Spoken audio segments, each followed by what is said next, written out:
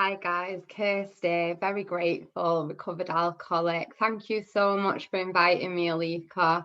Thank you for all your service, Bray, and everyone else that's done service on the meeting. And thank you. So nice to see so many friendly, familiar faces, and so nice to see new faces. I breathe now. I start by saying I'm really nervous, and it's when you hear that recording in progress, and that makes me go, oh gosh. But let me just bring God with me. Thank you so much for being here today. Well done, everyone, on the sober time as well. Amazing, amazing. Lots of birthdays. And that's what we get here, a life worth celebrating. The days mean so much today, whereas my days used to mean nothing. So when I first got to AA, I didn't think I was an alcoholic. In fact, I was damn sure that I wasn't. Like, convinced I am not an alcoholic. I spent my whole life trying to drink like a normal person. Like, how do normal people drink? I don't know, because I never was able to achieve it. But the disease of alcoholism comes out, and my drinking took me to other places, which I won't go into tonight because we're in an AA meeting. But I was so convinced that I didn't have a problem with drink. But I'd never drank and not blacked out. I'd never drank and it not caused me a problem. I had my stomach pumped for the first time when I was at high school. I used to sneak bottles of vodka in my Coke bottle in my school bag. I lost my first job through drink. Like, I never knew what an alcoholic was. I was so adamant I wasn't an alcoholic because my head told me an alcoholic was very differently to how my drinking was, because my drinking was normal. In my deluded head, my drinking was absolutely normal. I couldn't see.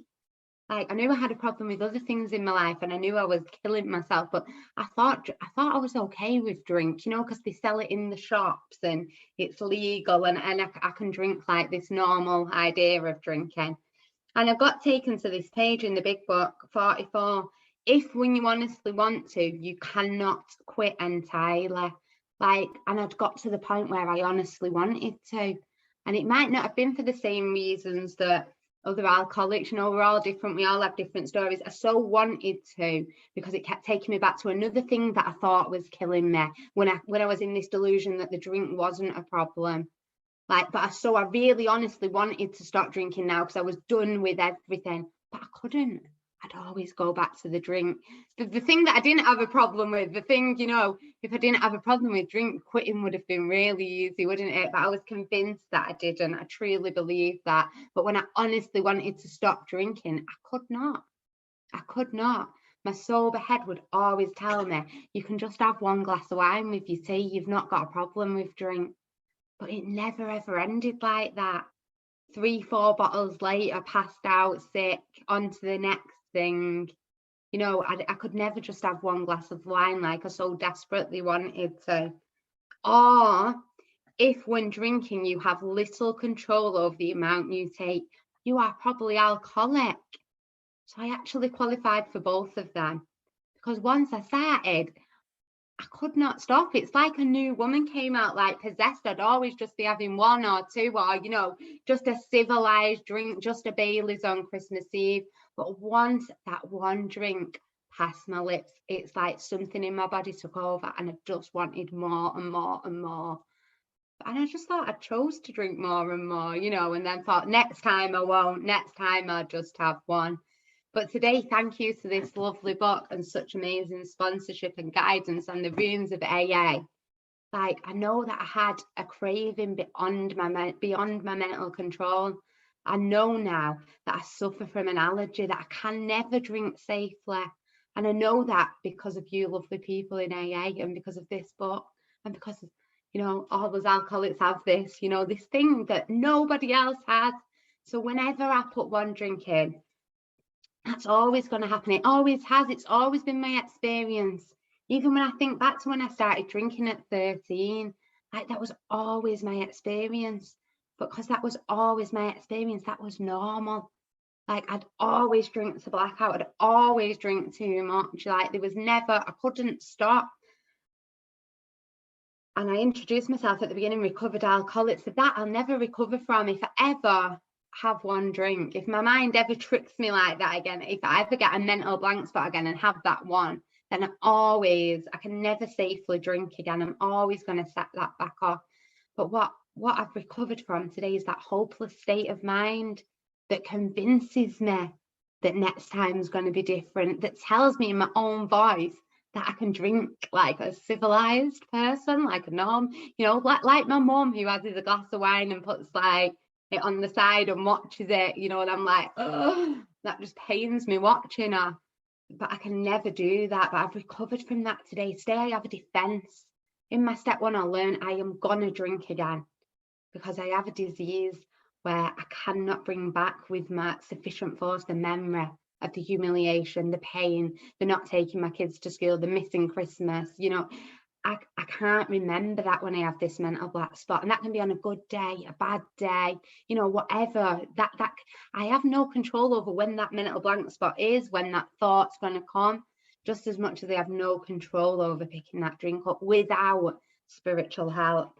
And I love a few pages before page 44, which helped me qualify that I was an alcoholic. This bit in the book really interests me. Whether such a person, meaning the alcoholic person, can quit upon a non-spiritual basis depends upon the extent to which she has already lost the powers to choose whether she will drink or not. Because I spent a bit of time coming to meetings and meeting loads of new friends, and trying so hard not to pick up that drink, and it never worked, and I didn't understand why. And I saw some people, that could do that, which is great, but whether such a person, I'd lost that power of choice. I was already drinking when I honestly wanted to not. When I started, I could not control the amount I took. If that is the case, then I can only be cured by a spiritual experience. And thank God that's what I got here in AA. And I start by saying, welcome to the person at 11 days. Like, amazing, 11 days, well done. Don't do what I did when I first got here. My experience, my first few months was painful, in and out of the rooms, meeting people.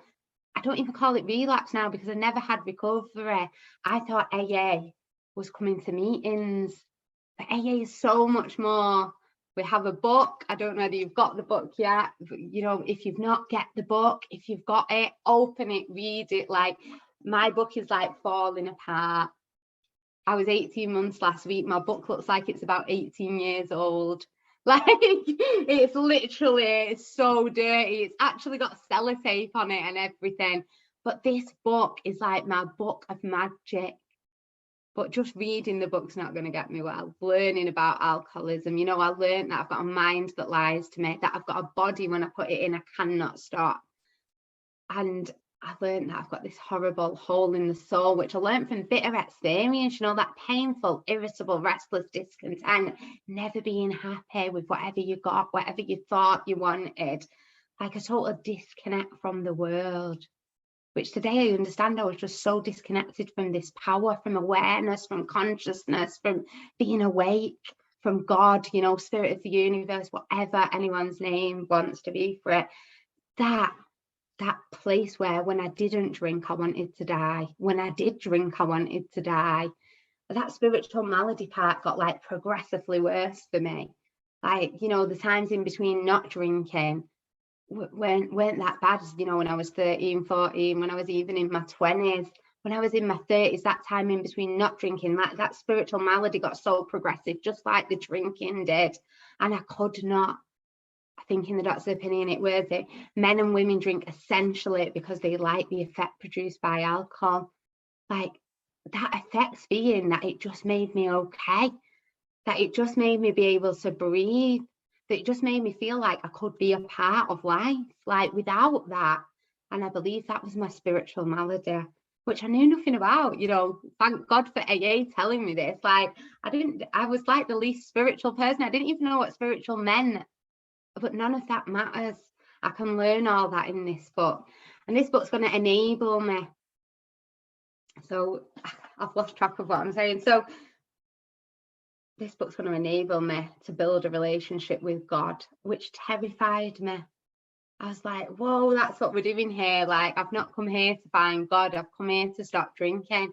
But how wrong was I? Like, building a relationship with God has been like the best thing in my life for the last 18 months, still is the best thing in my life, and still is a work in progress. I know very little, and that's amazing. And I could never say that before. I knew everything. Or at least my head told me I did.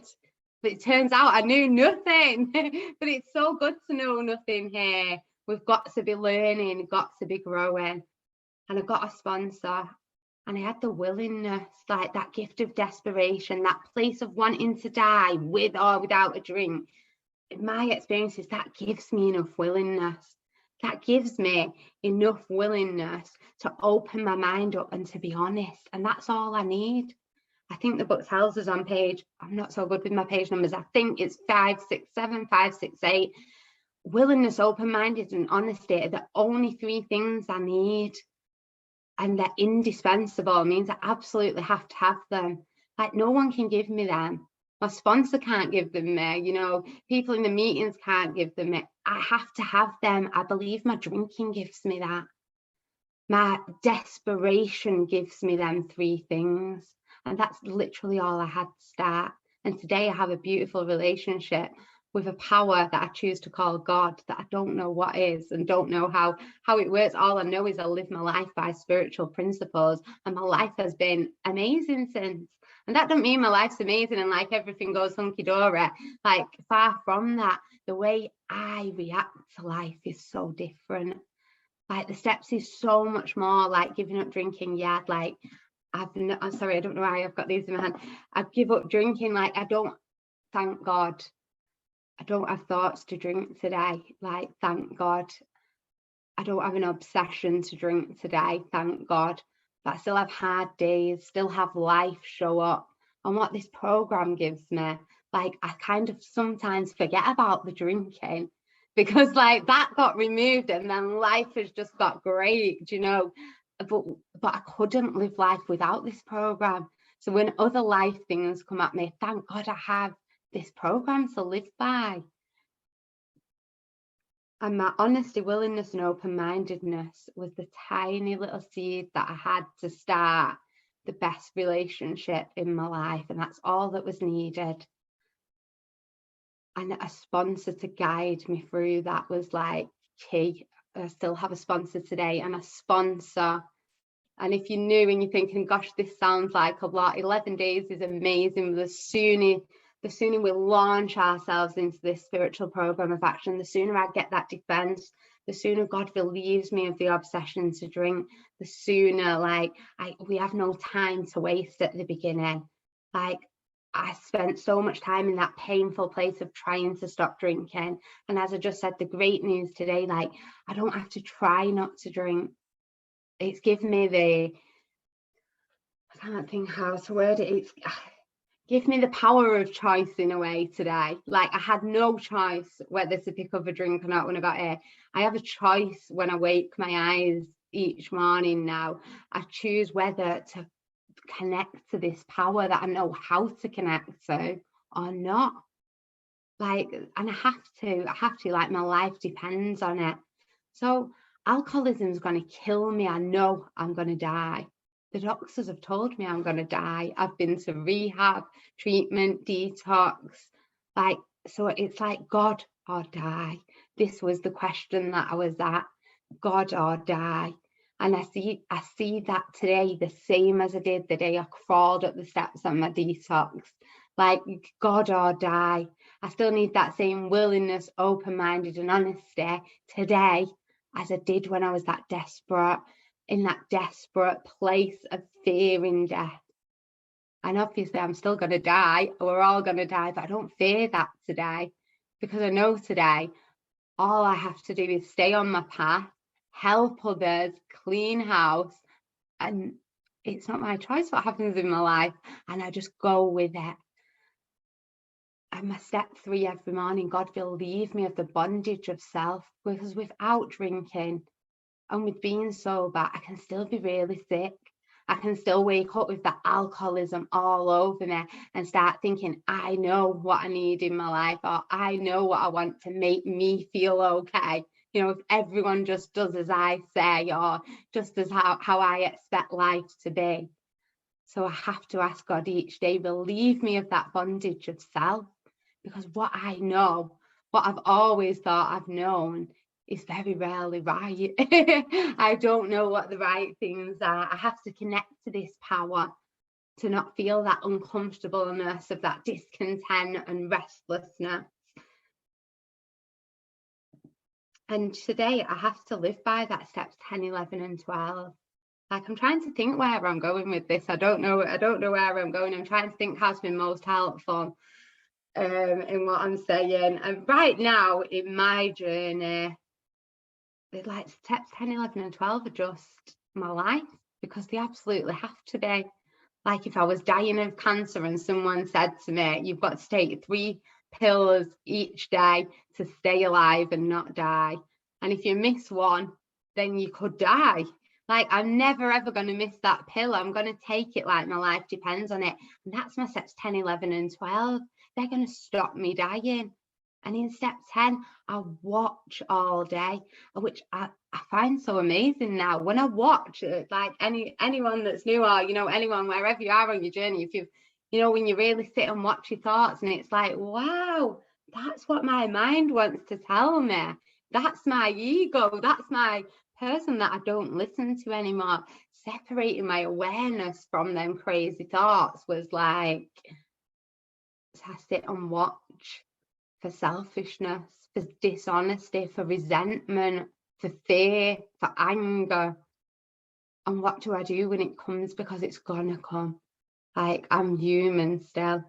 I have to straight away ask God, like, build that relationship, ask God to remove it from me. Tell another addict, share my crazy thinking. Maybe they can tell me where, you know, if I can't see the truth, and help someone, turn my thoughts to where I can be most helpful. Them amazing step 10 promises I get for my steps 10. Like, we are not fighting anyone or anything. I don't know about anyone else. When I first got here, I was fighting everyone and anyone. Like, I was so argumentative, ceased fighting anyone and everything. And I mean, you guys that know me on here, like, me and my kids' dad are both in recovery, and we've been split up many years and been through lots of court cases with the kids and social workers involved, and like literally hated each other. Like, I don't think I'd ever spoken to him for the last 4 years without fighting. Today, like, we spend time together to take the kids out, co-parent. That is an absolute miracle. Like, I pinch myself sometimes. Like, cease fighting anything or everyone. You know, the problem has been removed.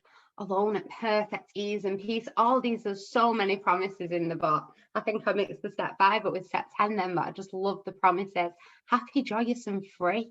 Like, every promise in this book, I think to myself, if these promises aren't coming true, then that's because I'm disconnected today, or it's because I'm not aware. It's because I'm feeding into my ego. I'm looking at life from them old eyes again.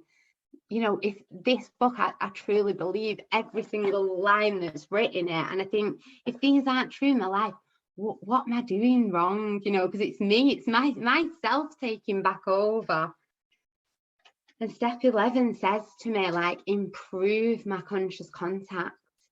So these are my pills that are keeping me alive, 10, 11 and 12, improve my conscious contact. So I can't just do what I did 6 months ago. I can't do what I did yesterday.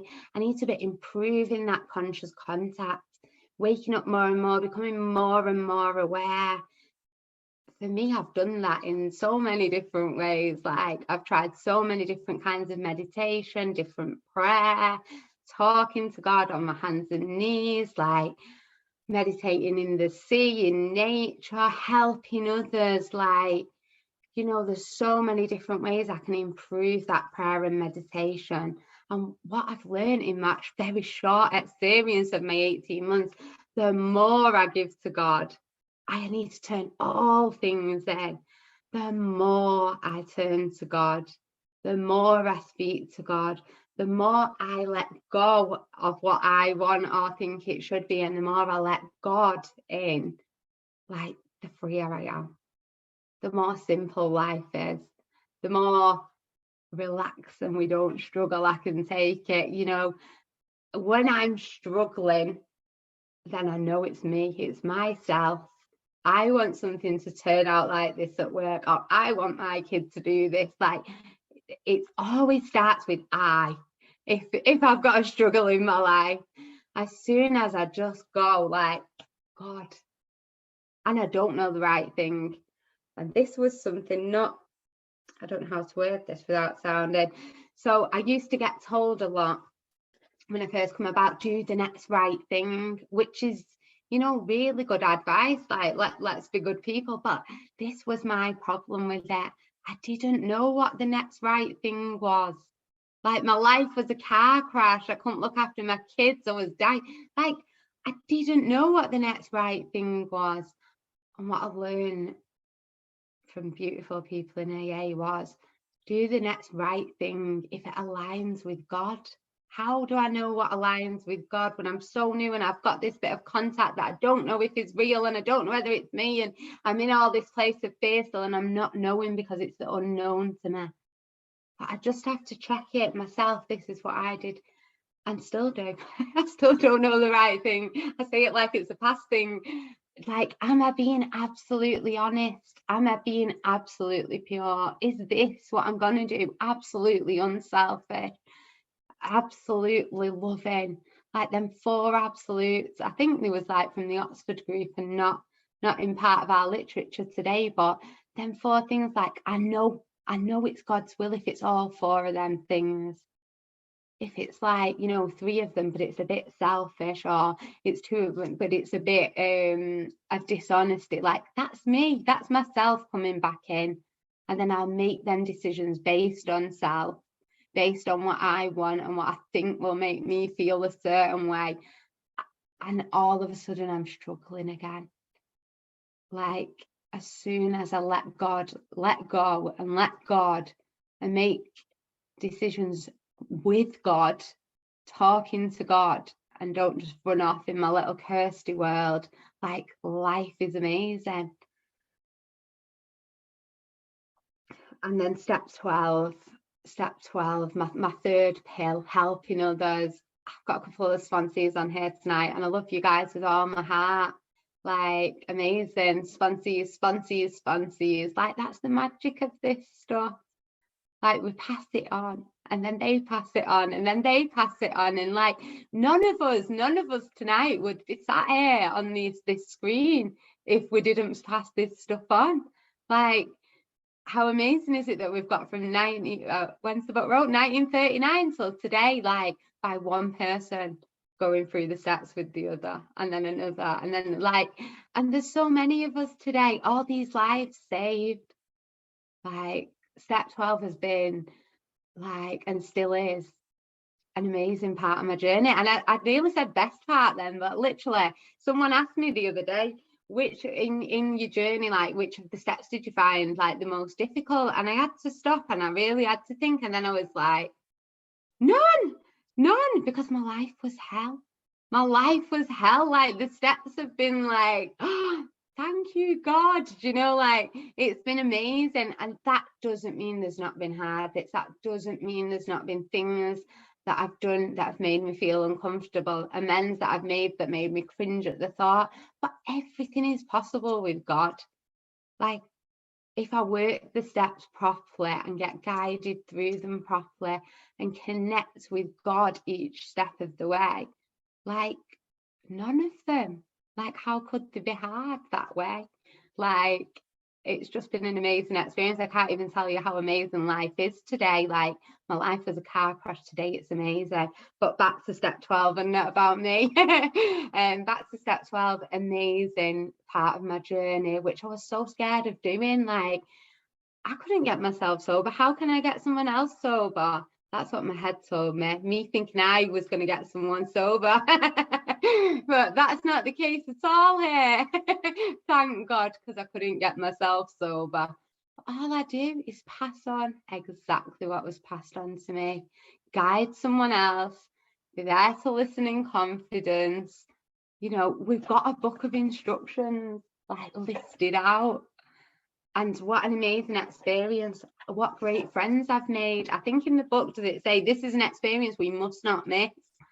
Like, and I think there's a bit in Bill's story that says I must perfect and enlarge my spiritual life to get through the certain trials and low spots ahead, something like that. I might be misquoting, but how better to enlarge my spiritual life than help God's children, than help people that are coming into the rooms dying, like to get close to people, to be there. Like, how better to enlarge my spiritual life?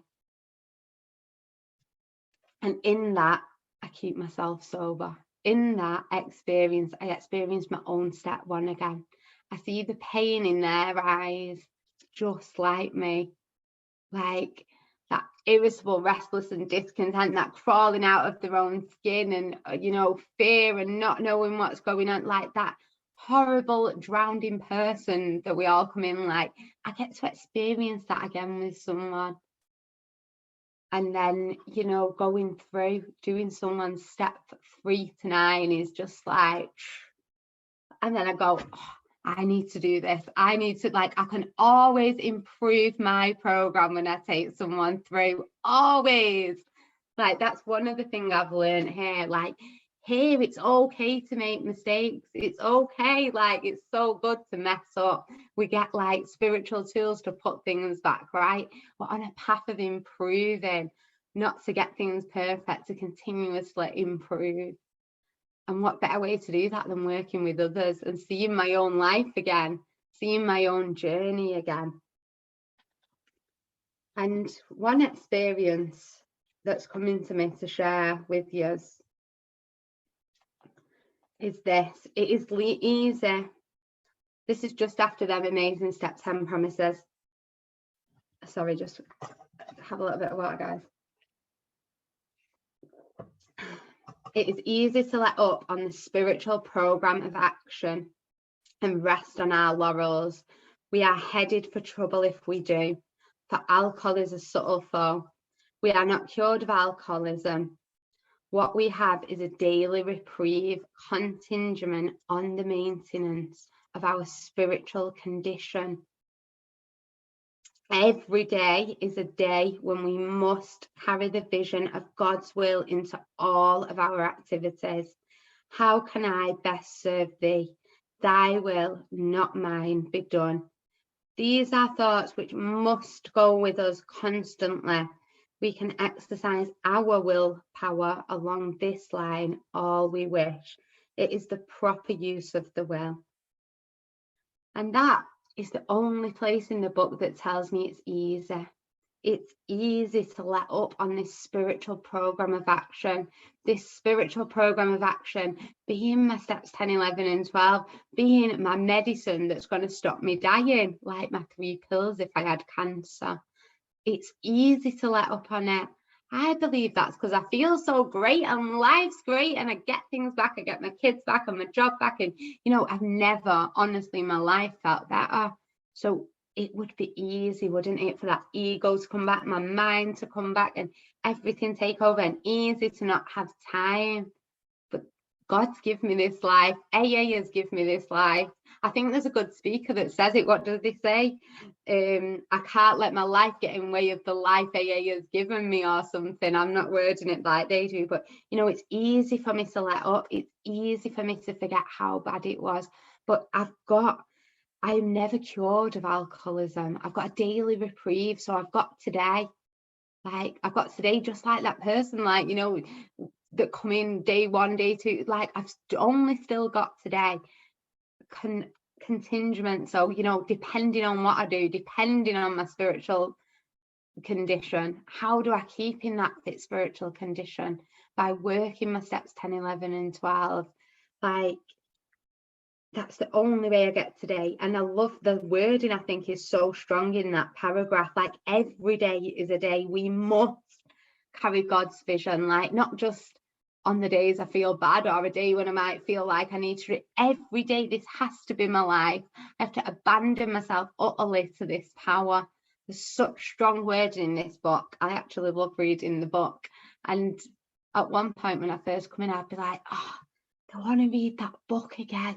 Like, how's the, like, every line in this book is so true. So true. Thy will, like, God, what do you want me to do today? Like, where are we going? What are we doing? How can I get through the day without God in my life today? When I think, like, how can I actually get through my day without living like this?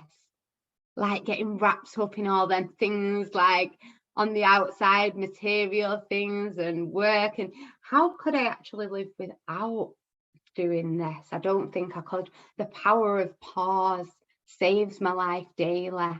I must pause when agitated or doubtful, or anything other than content. If I'm excited, I must pause. Because, I mean, I think it says in the book, less danger of making foolish decisions when in excitement. You know, anything on my self-will can end disastrously. I must pause. God is in that pause.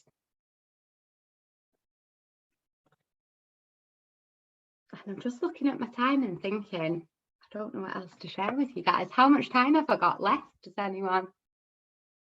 You have 13 minutes, but you can go with however you feel. If you feel like, yeah, let it, no pressure, sis. Oh, thank you so much. Sorry, guys. Normally can't shut me up once I start, but today I just feel like I was just coming to a natural end. So I'd like to just thank everyone again. And I have no clue what I've said, so I hope I've made some kind of sense. And I suppose the point I'm making is I come in here an absolute broken mess, like with no hope of, like, and I remember sitting in my dad's car on the way to my detox thinking, like, well, if this doesn't work, I'll just die. Like, I couldn't look after my kids. I was in court cases and, you know, things were really bad. I couldn't even wash and I didn't want to live. I'd sort of like give up hope. I got a sponsor armed with the absolute facts and I put the action in with willingness, open-mindedness and honesty.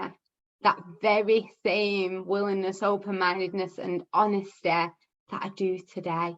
A daily program of spiritual action, and my life has transformed. And that's the promise here, like, not to get sober. I think the book doesn't really go on about not drinking that much. So I'll have a transformation. Going through the steps is an entire psychic change now. I didn't even know what an entire psychic change was, but what it means to me is I was one person and now I'm a totally different person. Now I love life, I love people, I love my kids, I love my family, and I'm just constantly happy. Like, before, I hated the world and life was this horrible, big, scary thing that I didn't know how to do.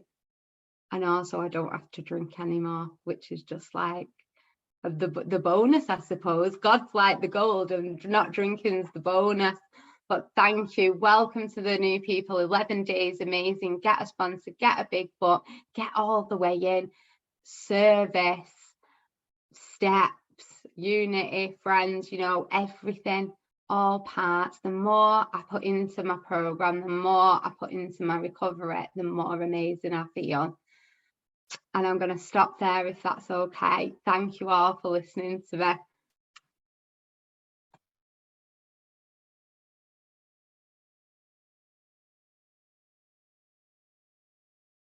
Thank you, Kirsty. Thank you so much for sharing your experience.